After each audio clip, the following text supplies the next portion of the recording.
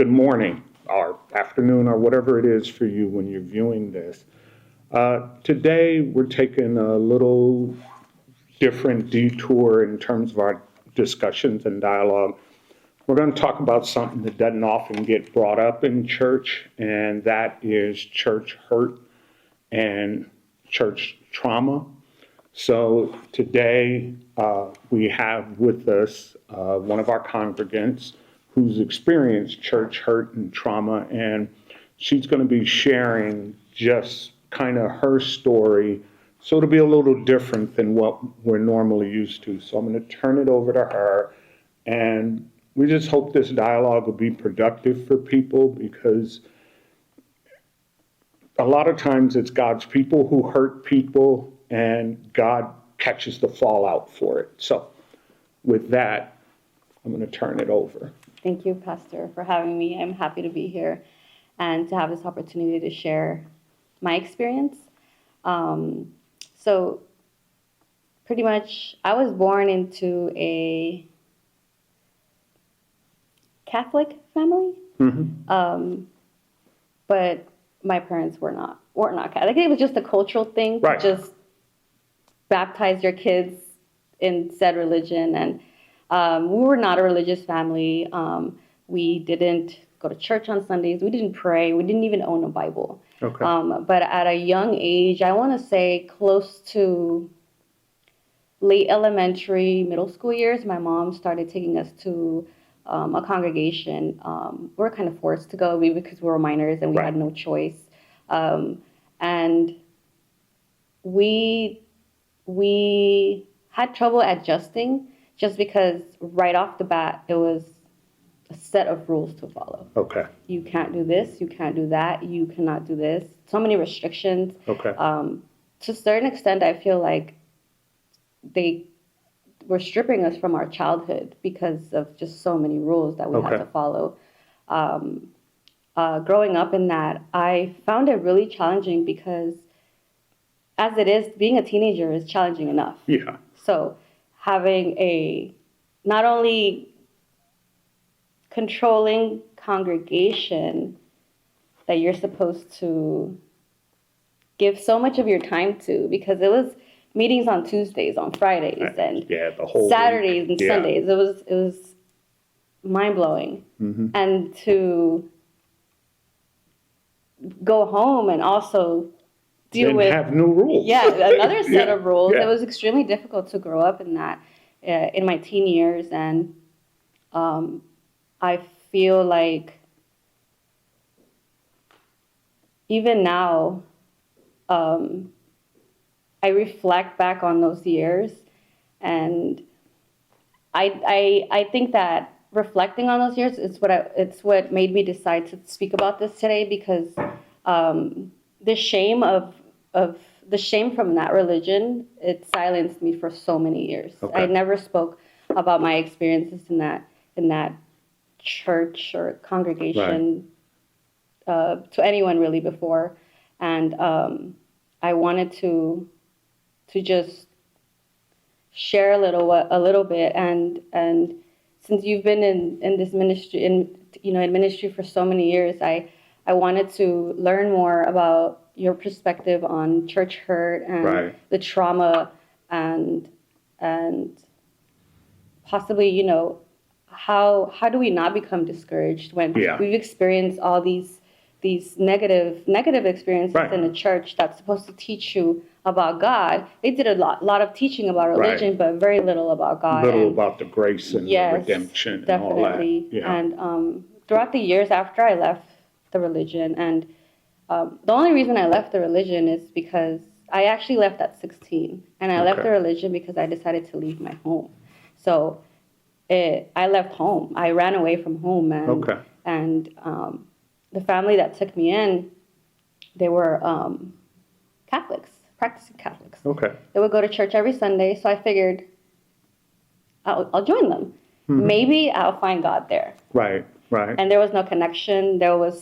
I didn't understand. I didn't feel like in this huge church God was there. I didn't feel it. Okay. So I think the shame everything that I experienced in this religion before I visited this Catholic church, it limited me from questioning and from asking questions and learning about it. And throughout the years, I jumped around. I went to another church, and then I went to another church, and I didn't feel a connection. I didn't feel anything. And at one point, I thought, is it me? Is it me?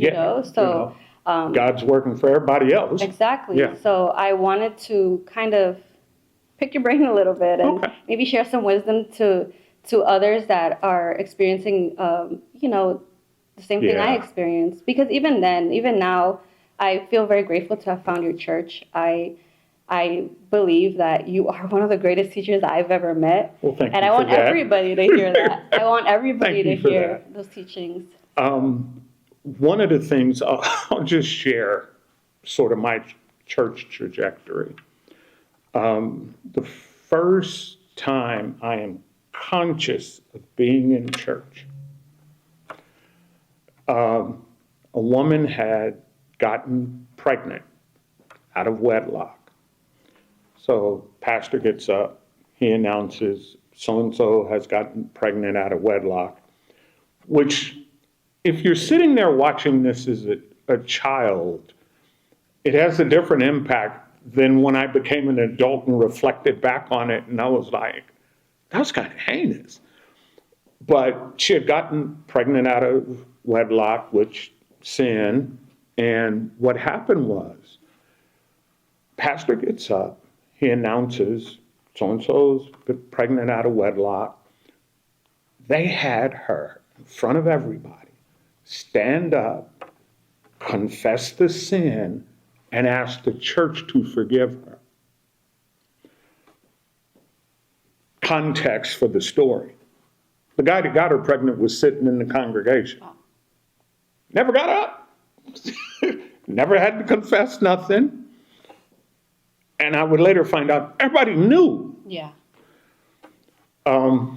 So that was like my first introduction. I knew nothing about God, church. I'm just like you. Yeah. I was brought to church at that age. So I'm sitting there and I'm processing this, and it's like, okay, I don't know what it is, but there's just something not right about it. I can't put my finger on it, can't. It's just like, man, this is cold-blooded, So that's my first introduction to like conscious church. So in the way that people get hurt and traumatized in church, that kind of like, oh yeah, I can't be down with that. Yeah. So watching just what felt like to me the shaming of her with, and again, later I would grow up to realize Dad was literally sitting two people over. Yeah.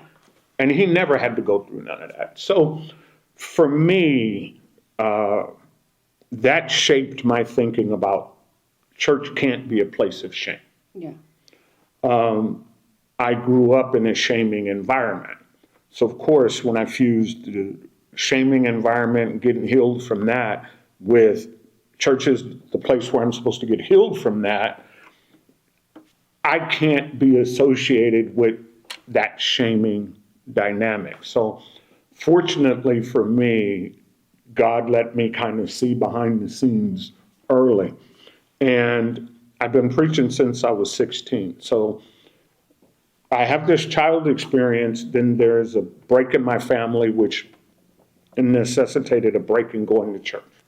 Because my mom would give the order to my dad to take us to church. My dad would then either park out on the side of the church, take the nap while we were in church. Yeah, this was early on. Yeah, that was my dad as well. Oh, okay. So mom said, take us to church, take us to church. Dad would park the car, be in the car, and either be listening to a game or the radio or something like that. And he'd nap or he'd go home and then come back around the time, to pick us up. And the most I remember back then, other than that event, was Church was a place I would lay my head down in my brother's lap and nap. And then he'd wake me up and carry me out to the car. That was church. Aside from the speeches on Easter and all that cute stuff. So for me, I wasn't like what they call witness to. How I came to church, and I was 16. I saw the movie The Exorcist. Okay. Freaked me out. Absolutely freaked me out. To the point where I was like, I don't want to go to hell.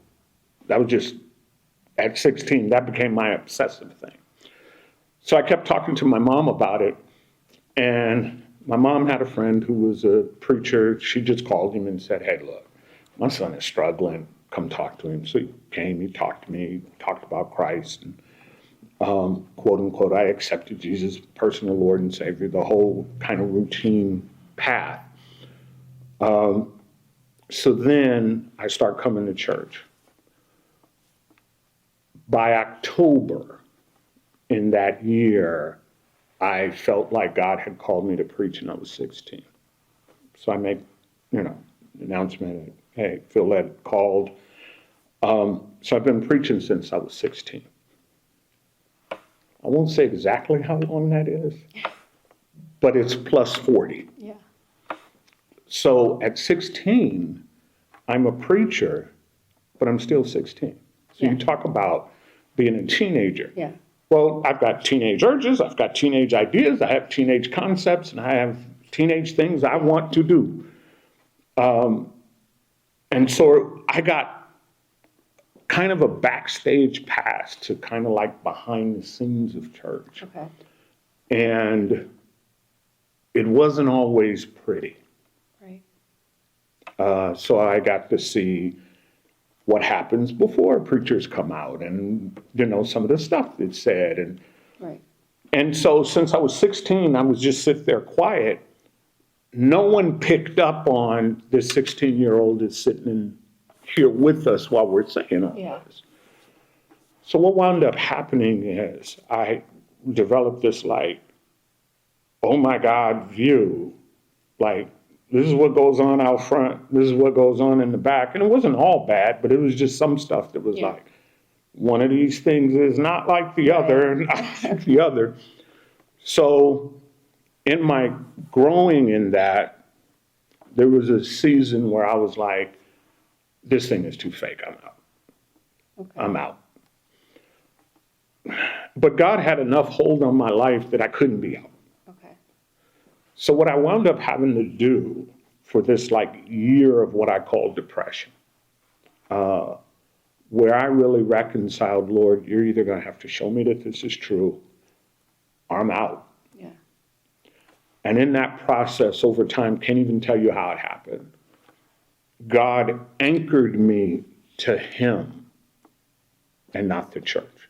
Okay. If that makes any sense. So my relationship had to be about what you've called me to do and what you and I are discussing and processing.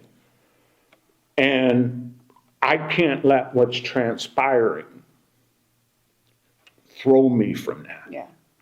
And so I wound up having to build I'm riding with you, Lord, whether it's here, whether it's somewhere else, or whatever context, I'm going to do it your way, and I'm going to ride with you.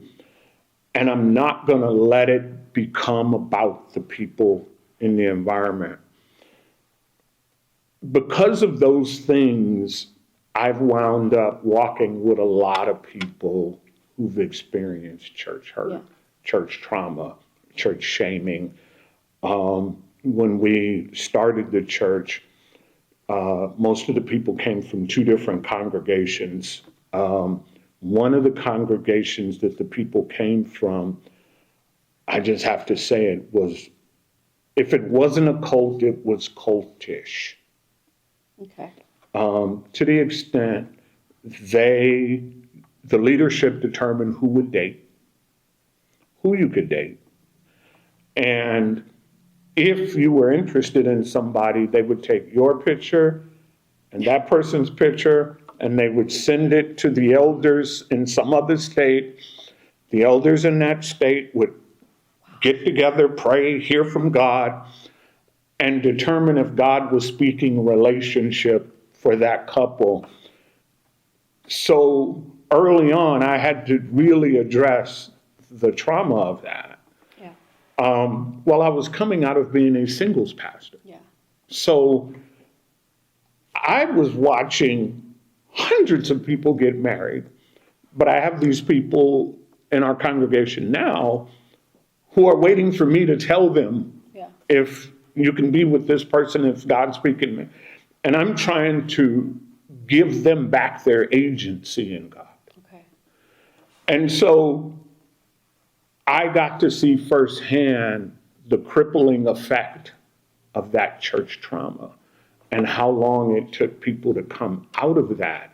Like, are you sure I'm okay? Because while we get all those rules, the problem isn't that we get all those rules. The problem is that we try to follow them, even at a point where we know this is not God. Yeah. But that thing has been like a chip that's been placed in us Yeah. that gets activated. So when we go to do something, it's like, oh my God, this is sin. Oh my God, this is wrong. Oh my God, this is. And so you're living in this rule-based place that's constantly re-traumatizing yourself. Oh yeah, I agree. I think within that religion, it was, at least personally, it was never about sinning. It was never, oh, I'm not pleasing God. I'm sinning. I shouldn't be doing this. It was more so, what are the elders going to say? Am I Wow. going to get in trouble?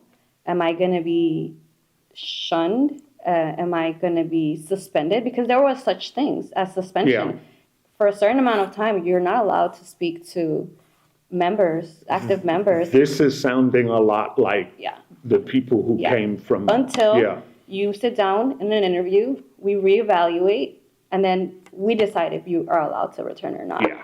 And that's what I remember. It was never about pleasing God. So it wasn't you know? even about your No. relationship with God. No, not at all. Despite Wow. me having that craving and that desire of learning about God and seeking that relationship, it was impossible for me to seek Because there was an intermediary. Exactly. And Yeah. that system. Yeah. Okay. It was, This sounds a lot like the same Yeah. dynamic where, like I said, even to get married or to date, right, yeah. you had to submit, and it was Very, what do very the elders, similar, right. the elders have to hear from God, and they'll tell you, and they'll become the intermediaries.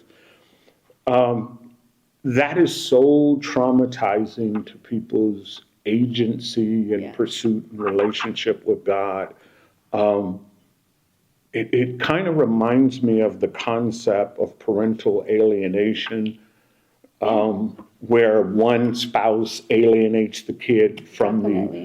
the other spouse. And in this context, is spiritual parental alienation, in that what winds up happening is I feel alienated from the other parent, quote, God, my Right. father. Yeah. I'm alienated from him, and these other people are telling me can't have a relationship with him.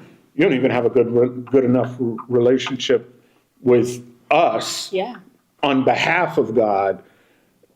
That becomes so controlling. And one of the things that you said that I'd like for you to talk about is what it feels like to have that all-seeing monitoring eye on you. So when you say, I'm always wondering, what are the elders going to think, or Yeah. what are they going to say? Talk about what it feels like to kind of have that, like almost camera thing, like you don't know.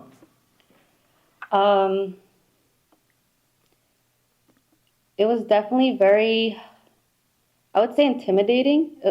During that time, like I said, I started becoming a little more aware of what was happening within that religion when I hit my teen years, because, as I mentioned, my teen years were pretty difficult. It was, I was struggling. Okay. And it was Take your time.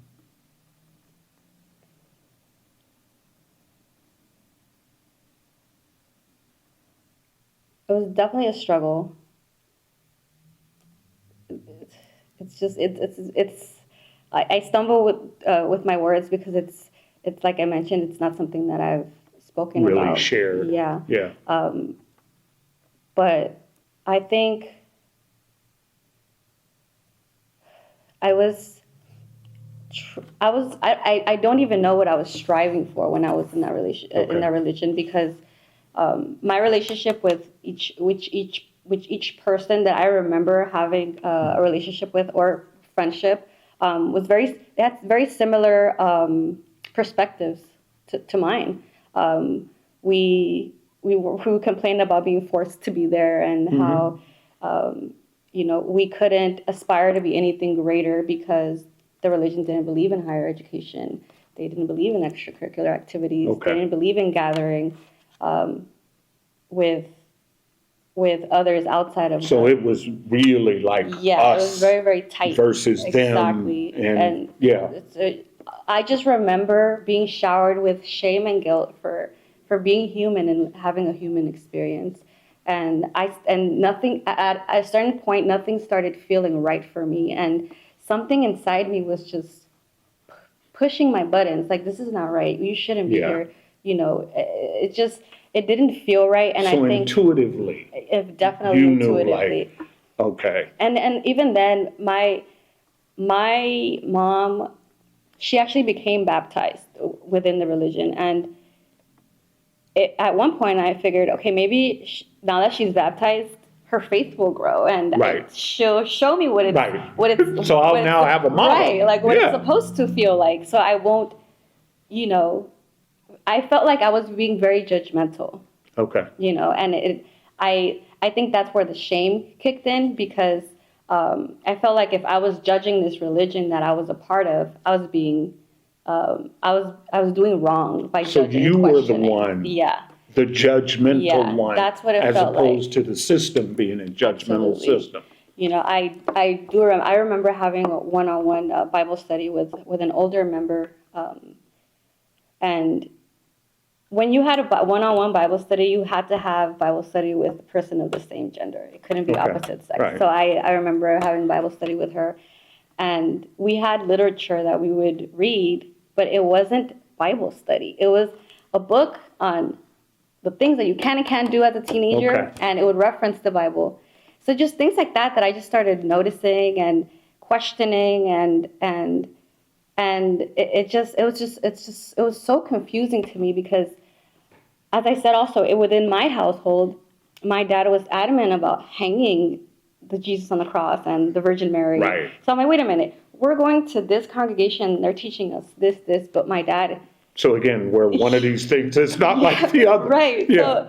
So it's just as I kept attending these meetings and you were never encouraged to become what they call preachers, because it was a field service, what they would call it. Right. Okay. You were never encouraged to become a preacher. You were kind of forced to become a preacher. Like, Wow. Hey, are you ready to be a preacher? So it's like everybody's headed Yes, in that direction. and you had to be interviewed in order to qualify to become a preacher. Okay. And there was a quota of hours that you had to put in weekly on how many hours have you preached this week. And to me, it was just, this is not okay. This is not right. It did not Yeah. feel right. Yeah. And I knew that my relationship with God was not going to come. That wasn't going to produce it. Yeah. Not at all. It's one of those things where, and I say this to parents, because a lot of times, parents ask me questions. How do I do this? How do I do that? How do I do that? And the one thing I try to make sure that parents understand, your children are going to figure you out. Yeah, you can say what you want. You can try to teach what you want. At some point, they're figuring Yeah. you out. And children's ability to spot hypocrisy, of all the things that come with children, to me, the one gift God gives them is the ability to see that don't make no sense. Absolutely. So while you're a teenager, that isn't just with parents. Yeah. So as you're coming up in this, you're starting to see, this don't make no sense. yeah, This, absolutely. you're telling me one thing, I'm seeing it go down a whole another way. So what winds up happening is you're left with this conflict because on the one hand, I'm seeking to be committed to something. So I'm invested. And a lot of times church hurt produces, the trauma that it produces is because the children raised up in it are really committed to it. Yeah. But the inherent contradictions and hypocrisies, those don't go unnoticed. Right. So I'm sitting there and I'm watching. On the one hand, these things go down. On the other hand, I'm seeing these other things. So I'm left with this conflict that I now have to work out. Yeah. But because, especially in these heavily rule-driven things, I'm self-monitoring. So rather than I'm having all of these doubts and struggles and there's exploration, there's judgment instead. Yeah. So I self-check. I don't explore. I don't seek. And the sad tragedy of that is eventually I will explore. Eventually I will seek. Yeah. The problem is what's supposed to be the safest place hasn't given me the border or the boundaries or the safe place to explore. Yeah. So you talked about one of the things that for me is important within the congregation is that everybody accept their you are here point and that they be able to explore. What my job is to give you safe boundaries for that exploration. Okay. That's my job. So that you can explore, and if you hit a wall over here or you hit a barrier over here, then we can process that. Yeah. You know, so I've had kids come to me within our congregation and they're like, okay, this don't make no sense. Mm-hmm. You know, I'm looking at this, but my friends are doing this, or my friend is involved in this. And so how do we have that conversation about how God sees it? Yeah. And how you're experiencing it? And to me, the key has to be that we're not doing any of this in a judgmental manner. Right. That I need to leave you room to explore and arrive at your own conclusions. Okay. Even if I feel like those are wrong conclusions or those are wrong, God and his spirit has to be big enough that if I stray, he'll reel me in. So that intuition that you had, that there's something right. Yeah. I trust that. In the same way that if you say, okay, I'm out, and you go somewhere else, I trust that intuition will catch up with you at some point, no matter how far left or right, you know, in terms of perspective you go. The thing is that desire for God that he has put in all of us only drinks from a well with clean water, and that thirst is satisfied. So what'll wind up happening is you'll just be on the journey till you find that place and that space, and then you'll recognize that, okay, this is my home, or this is the place where I sense God, connect with God. And so what winds up happening is you have to keep on the exploration of that journey. And again, whether it's here or somewhere else, the key to me is keep pursuing that thirst. Okay.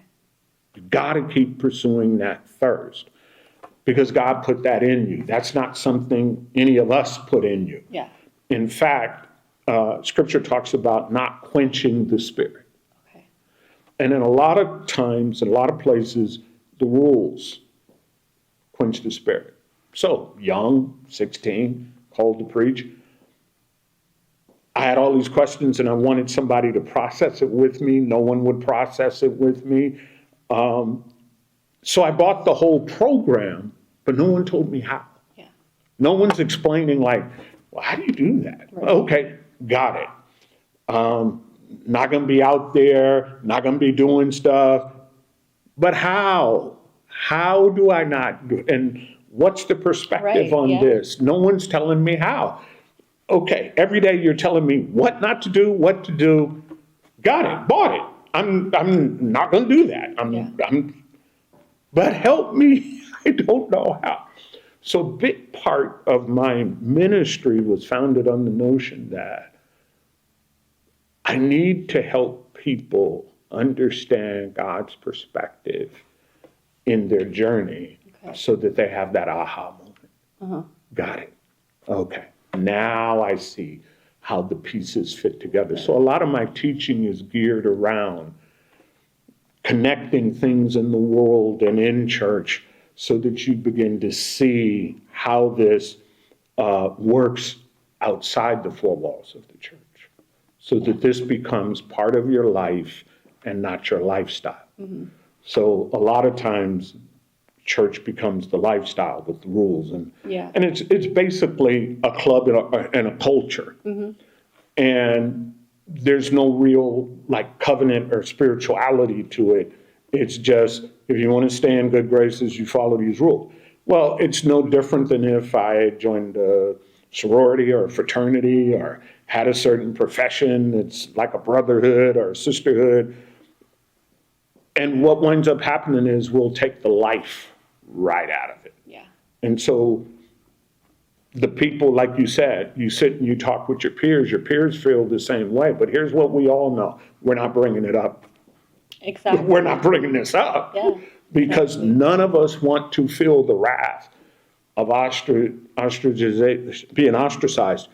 And to that, one of my first encounters with that other congregation, and what happened was one of the members had been, I don't even know the term,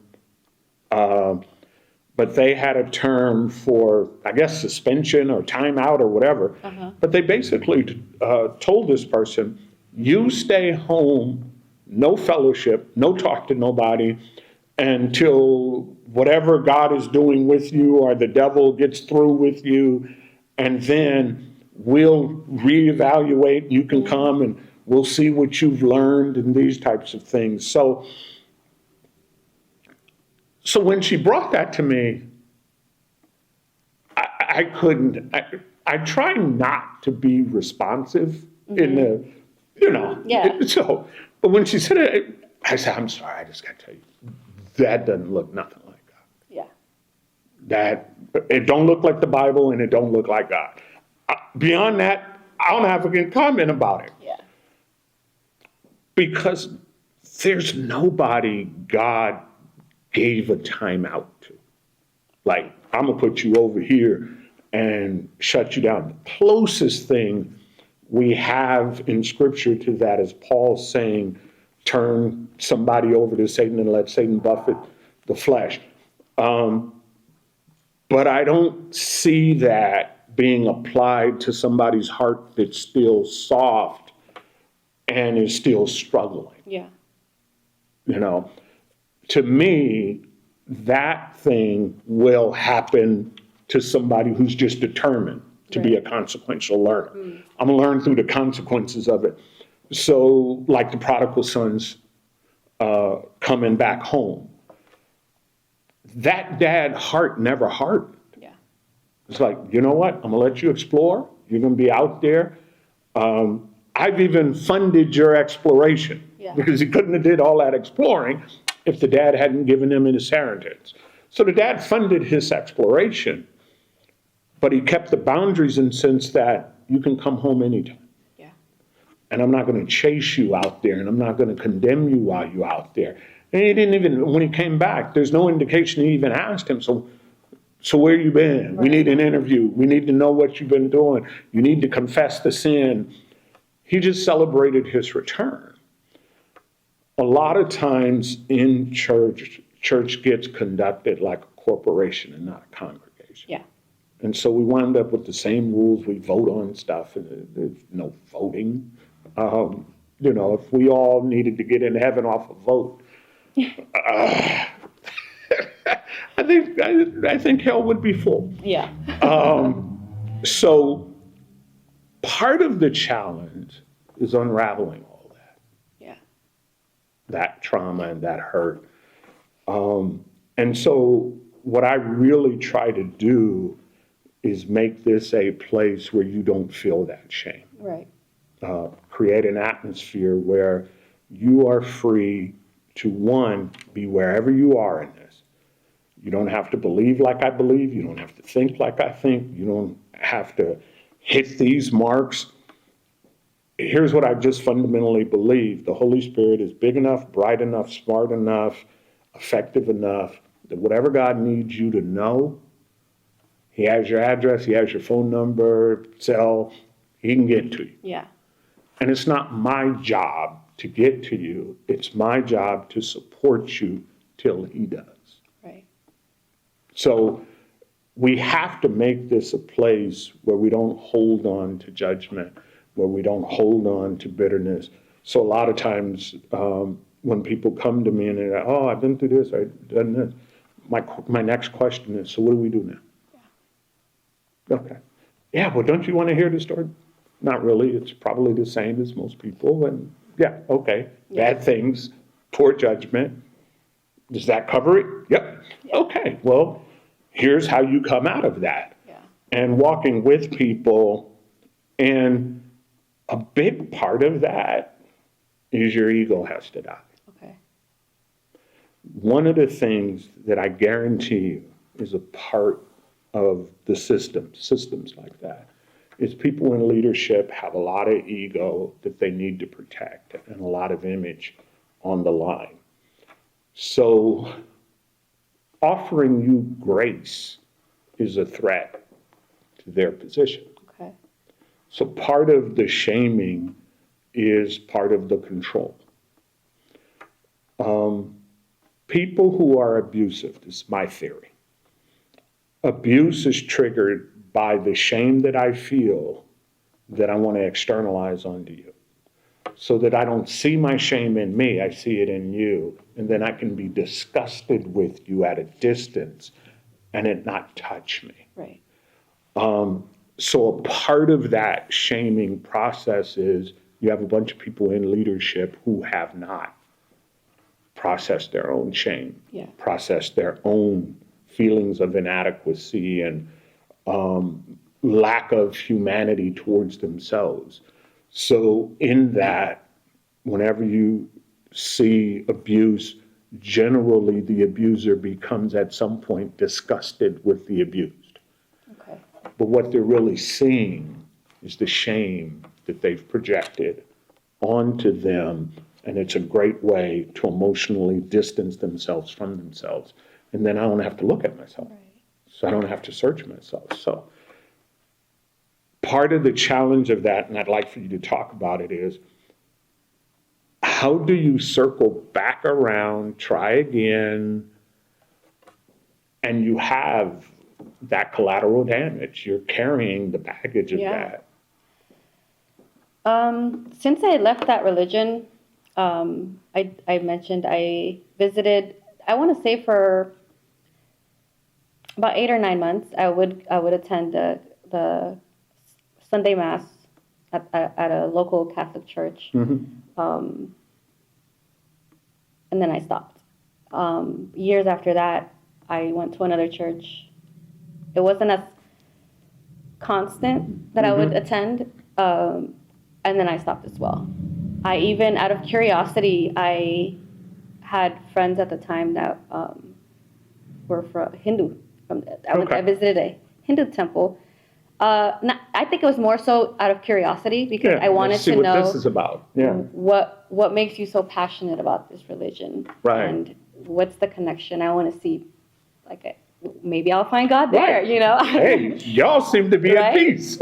After that, I stopped trying, and I said to myself, I don't need to go to church. I know that God's real. I'm just going to do it on my own. I'm going to do me. But I lived a very reckless life. You know, my early teens to early 20s, even mid 20s, very reckless, very lost, very Okay. lost. I would pray when I needed something. I would pray when I wanted something, when I, So the spirituality was reaction. yeah, It wasn't yeah, like pursuit. definitely. It was I like, needed oh, here we another go. interview. I prayed to God. I needed to pass the test. I prayed to God. I never thanked him. I never showed gratitude. And this is something that I think about now. I think about that now, and this is the shame that came Right. with the religion. How could you not thank him? You know, he did so much for you, got you out of so many things, kept you Right. alive. I was in a huge accident that was actually, I needed life-saving brain surgery. And Wow. after recovering from that, I do not remember thanking him for my life. And I think about that now, and I'm like, how could I not be grateful? Be grateful You know, for my I knew life. he was, Yeah. I knew there was a higher power. How could I not be grateful? But I think these last, I want to say 4 to 5 years, I think I was really serious about my relationship with God. It's just something that a desire that You I never could not shook. suppress. Yes. And my blessings started, I'm sorry, my prayers started getting answered. Mhm. But my prayers were not always rainbows and butterflies. You know, there was a lot of revelations that were hurtful, Right. but that proved to me that God was real. He was listening to my prayers, and I was mind blown. I'm like, what is happening? Like, Okay. what? I was out of I was at a loss for words when these things started occurring. And So I'm going to interrupt just briefly because I want to highlight what you were doing was exploring. yeah, And you were able to explore without the judgment. yeah, That's what I'm talking about. And the boundaries are placed by God. yeah, So he's putting the boundaries in and keeping, so it's like, okay, let's do this exploration. Let's pursue this. Let's go in this direction. Let's try these things. yeah, But at the end of the day, and this is where these types of religion are the exercise of religion in this context. What winds up happening is systems like that don't trust you to explore. right, So they restrict the lanes. right, So it's like, okay, we got 6 lanes, but we got the guy with the flag saying you need to come down and you need to come in this Definitely. lane, and I'll determine when you can go and when you Yeah. can, and none of the rest of these lanes are available to you. And to me, the discovery of God can't happen in that narrow, yeah, of course, yeah, restricted path. definitely, So as you actually experience the freedom, yeah, you actually start to see God yes. and you start to experience God. Talk some more about that. So as I was saying, these last 4 to 5 years, you know, just things were changing. My career changed. I moved to a different city. It was just, things were just changing, and it was very, very, very scary, very scary. And I was praying, you know, much more often, and then somewhere along the lines, I bumped into Marcus. Okay. You know, and I've Who always we will say is your husband. Yes, my husband. Yes. So I always tell him this: what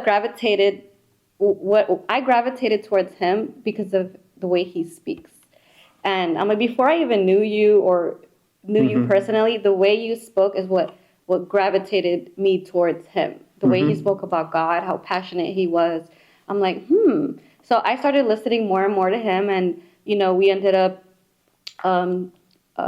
getting in touch, and we spoke about God and our beliefs, and I shared a bit here and there. I didn't Right. want to scare him off, so I shared a bit here and there. Like, wow, you're a little Yeah, too much in right? church. I can't do that. And he would subtly throw out those invites to church. Yeah.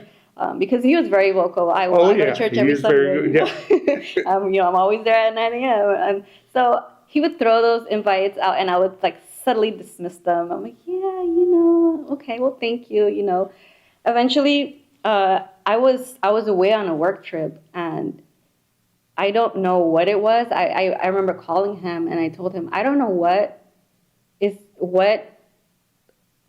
came, I don't know what I'm experiencing right now, but I need to go to church. And he's like, well, that's the Holy Spirit. And I'm There it is. like, okay. I'm still not understanding. I'm Right. like, oh, okay, well, okay. So the following Sunday, it's when he brought me to Covenant Blessing. And I can say that I found my home church because, and it's like now I was telling Marcus, like, I've been going back and forth about this conversation all week because with tears in my eyes, I would tell him. He's like, are you sad?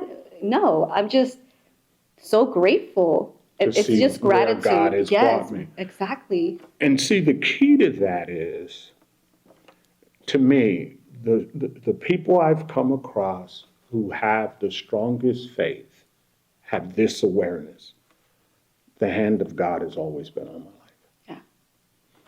And I'm not saying, oh, it's been perfect. Oh, right. It was great. And God just blessed me. And I went to college and then I went to this. And then I found the love of my life and I married him. And I'm not talking about that. Yeah. But there's a sense that when I look back, what I see is even lonely, I was never alone. Exactly. Even going without, I was never broke. God managed to bring me through all of it. If it's rule driven, then it's not, I don't see the relationship. Yeah. I just see, well, I was disciplined. And when it went wrong, it was because I wasn't disciplined. Yeah. What I call the cause and effect approach to God, which is the book of Job. His friends come to him and say, your life is messed up because you violated the rules. Some rule you violated, you need to figure out what that rule is and you need to fix it. Job says back to his friends, I'm not aware of any rule. So if I'm not aware of any rule and I claim a rule, then I'm lying. Yeah. Which then puts me in a place where I could be judged. Yeah.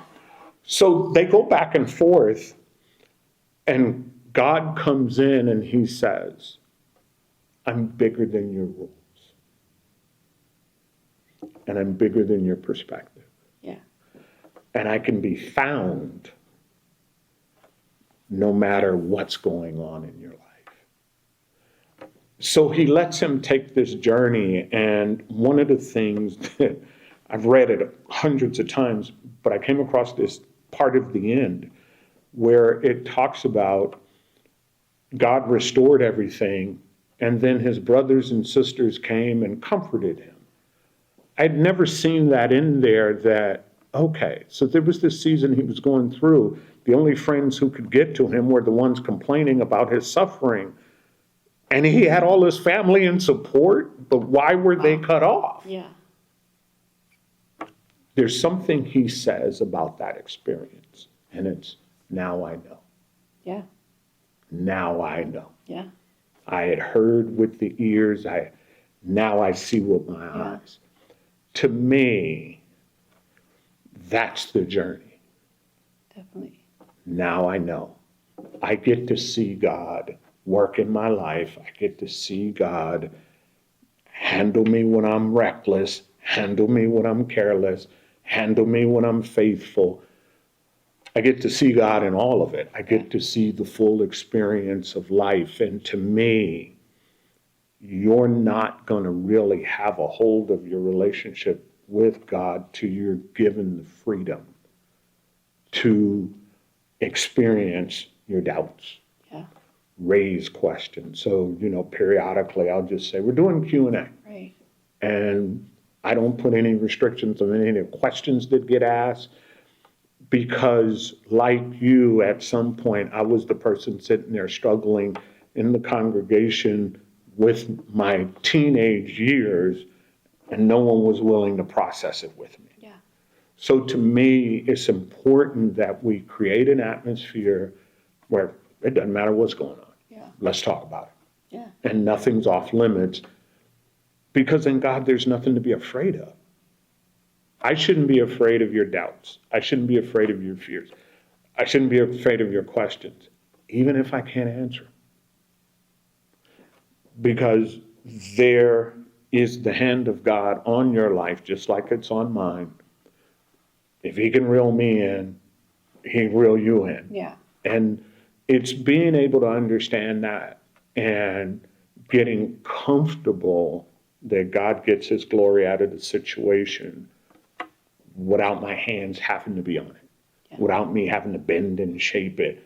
So a lot of times walking with people, you're just along for the ride in terms of the support. You're not like bending the road and setting the trajectory, which is what like these highly judgmental congregations tend to want to shape and produce an outcome, as opposed to, let's just see what God is going to do. Right. Let's just see what emerges from that. So that, and my conviction from that comes that if God could create a relationship with me through the movie The Exorcist. So I come from it at a completely different angle. No one brought scripture to me and said, here's what you need to know. What wound up happening is I saw that movie and it freaked me out, and I was like, okay, so let me see if I got this straight. This is how my logic mind was working as a child. If the devil can do that to you in a few hours in a movie, my reasoning was, I'm not trying to spend an eternity with somebody who can torture me like that. So that became my thing. In fact, my mom told the story after her friend came over and shared Christ with me. He left. My mom turned to me and she said, you know, if that didn't work, your next move was going to the therapist. Oh, wow. She was like, you were, because I was that obsessed. Oh, wow. I was like, I just do not want to go to hell. Yeah. That was just it for me. And that was like, of all the priorities in my life, I got one right now. I do not want to go to hell. Yeah. And my mom was like, you were so obsessed that she was like, well, you know, I'll placate him and bring my preacher friend over. And she was like, if that don't work, I'm getting you to a psychiatrist because you're crazy. Now, the other thing that really helped me was my stepfather was an atheist. Okay. So I lived and was raised in a home with an atheist. So I had to come to terms with people not believing what I believe. Right. And I had to develop, because I loved him so much, my heart had to be softened to him, even though we disagreed on a whole lot of stuff. In fact, I'll close with this. One of the things he said to me, I still carry, and it's the soundest advice I got from anybody on ministry. He said, son, I know this is your thing. You know it's not mine. He said, but here's what I'm going to challenge you. Don't be 2 inches deep and 50 miles wide. Okay. Learn it, own it, know it. And know it at depth. And be authentic and be real about it. Yeah. And one of the things, especially for people who've been traumatized, when that thing circles back around to me, one of the things I challenge them in is, this time, don't let anybody dictate it to you. Okay. Explore it, learn it, own it, and have it be yours, along with the agency that goes with that. And don't let it be something that, for effect, I'm, responding. It's not reactionary, it's relational. Yes. And so when we can move our approach to God, our engaging of God, out of the reactionary, because that's what all that is, it's just reaction, and move it into the relational, it becomes more real, we own it, and it addresses the shame part of it. If we had time, I would go into the story about the woman at the well, but I got a feeling we're going to have more conversations. So that about covers it for today. Hope you were blessed. I want to say thank you. Back in the day when I taught single Bible studies, somebody would ask a question and I would say, you're about to take a hit for the team. And what I was essentially saying is, don't be ashamed about what you're sharing. there's a whole bunch of people sitting here Right. who feel the same thing. You're just Right. taking a hit for the Yeah. team. I thank you for spending time and sharing your story and trusting me with it. And you took a hit for the team today. Thank you. So, Thank you, Pastor. I Glad to. appreciate you having me here. This was something that I look forward to doing more, and happy to be here. awesome.